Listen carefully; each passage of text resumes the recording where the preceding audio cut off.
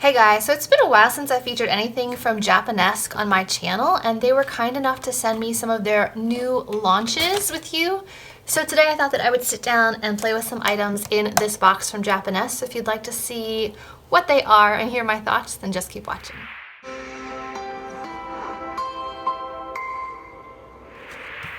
Okay, so in the past I've tried their highlights, their blushes, their face palette, their eyeshadow palette, and their makeup sponge, which I have been a big fan of for a long time. And they just came out with a new face set. It looks like this. It is the Radiance brush and sponge set. These marble sponges were my favorite a couple years ago. They were the only sponges I would use for the longest time, and they are very, very good. So in this set, you get a fan brush, a liner brush, a sponge, and a powder brush. So we're gonna give that a try today. They also sent me these Pro Performance touch-up razors. Now I'm not sure if they're trying to tell me something or not, but I do shave my face from time to time, like especially around my lips and cheekbones, just so products apply more smoothly. So I will definitely try these. And I've been a big fan of curling my lashes lately. I didn't think it made a difference in the past, but in the last couple of months, I've really seen a difference. So I've heard this is a really good lash curler. This is the Pro Performance eyelash curler. So we will give this a try as well. So I'm gonna go ahead and dampen the sponge.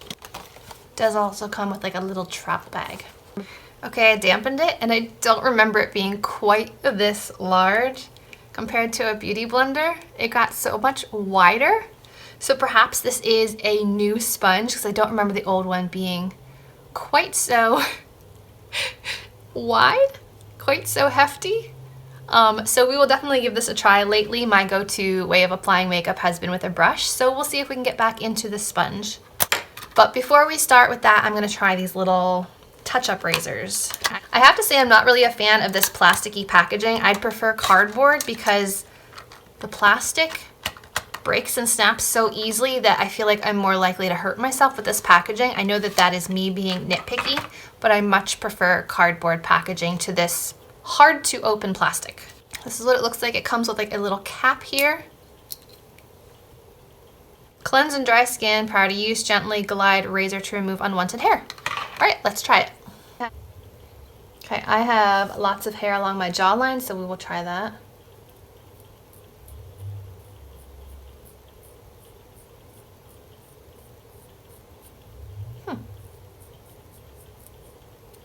It just cut one of my actual hairs, and you can see it's coming off. This does work.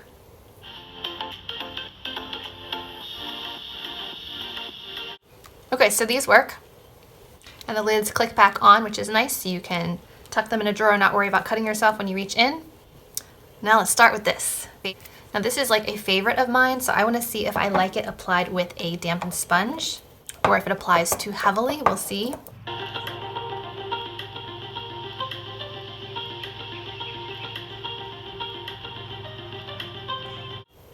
I feel like it soaked up a lot of the product because this is normally a pretty high coverage foundation.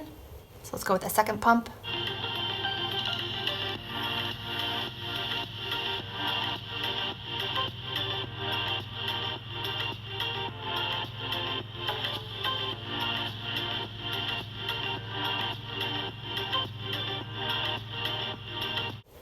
I have to say it does look a bit more skin-like than applied with a brush because it's not as heavy, and then you've got the added moisture in here. It is slightly thinned out. So while the coverage isn't as high, you can still see my active breakouts here and here. You can still see some scarring down here.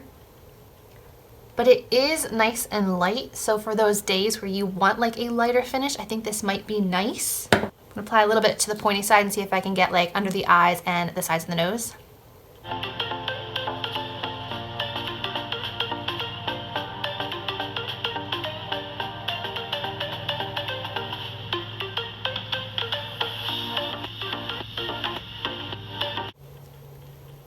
It's actually taking away the foundation right here. Like the added moisture is actually picking up product, which is strange. Okay, so I think just my preferences and makeup application have changed over the year. I used to love makeup sponges, but now I find that they shear my makeup out a little too much. They're not giving me the coverage that I prefer.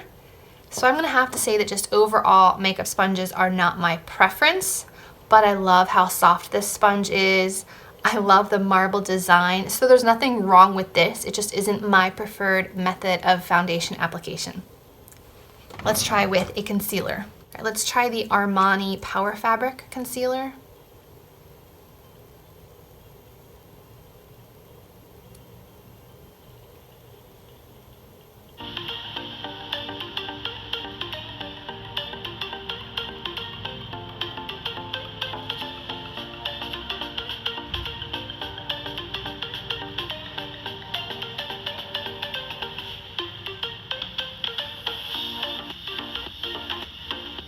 That applied my concealer beautifully. It's very soft, so I think that this would be a really nice sponge for concealer and more delicate areas of the face. Okay, so first product we have tried. Next we have this powder brush, which is very soft. It's not as large as I usually pick for powder brushes. Usually I go for something larger like this or like this for powder, but this might be nice for like precise application. So I'm just gonna take my Milk Makeup translucent powder and dust that under the eyes and see what we think about this for application, for picking up product.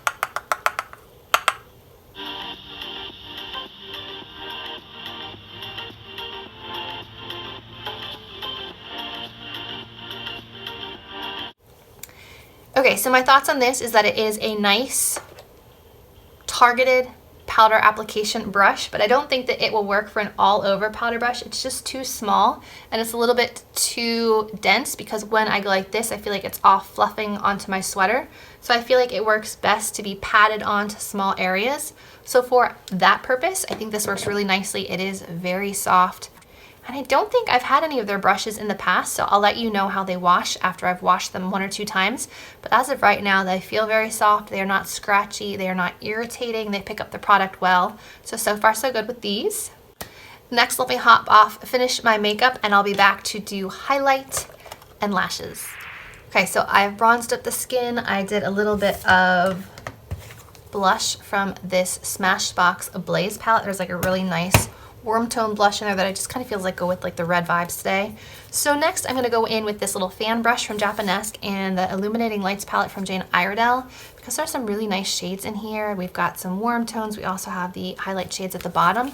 So I'm going to dust into Twinkle, which is like the champagne shade, first to see what kind of illumination we can get with this little brush.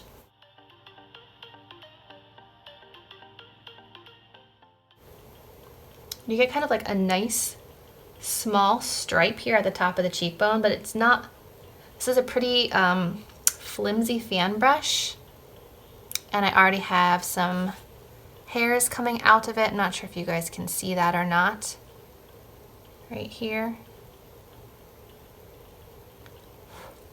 So let's try that again.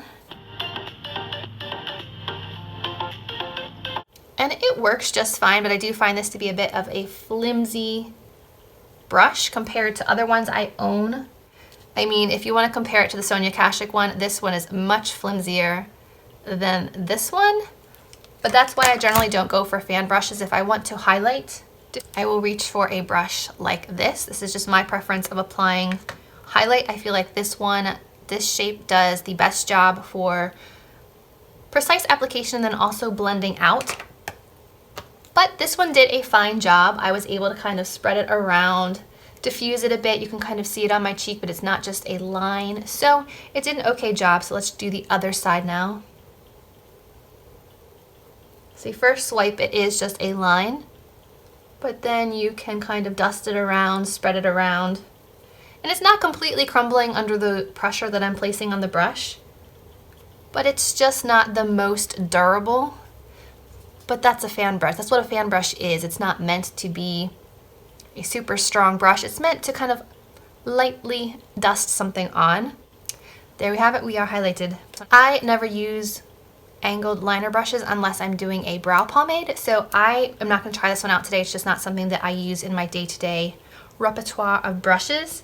But so far, I mean, the brushes are okay. This is great for targeted placement of powder. This is nice for a light dusting of highlight. Liner brush is fine, and the sponge, while not my preferred method of application, worked just fine. Next up is this. I wonder if I did try this one in the past. Ooh, it's very stiff. Like, requires some pressure. It does come with replacement cushions. Interesting. If you don't have much hand strength, you may not enjoy this, but I like that it has the little groove here for the added support of the other fingers. So let's zoom in and give this a try. I will curl this one and leave this one as is.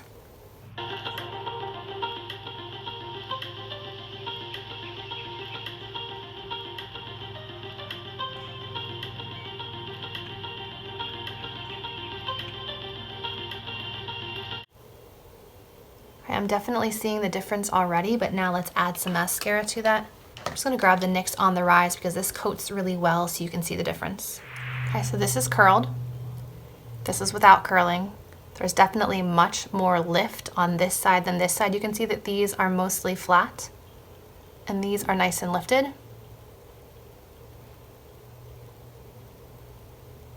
I think that made a big difference.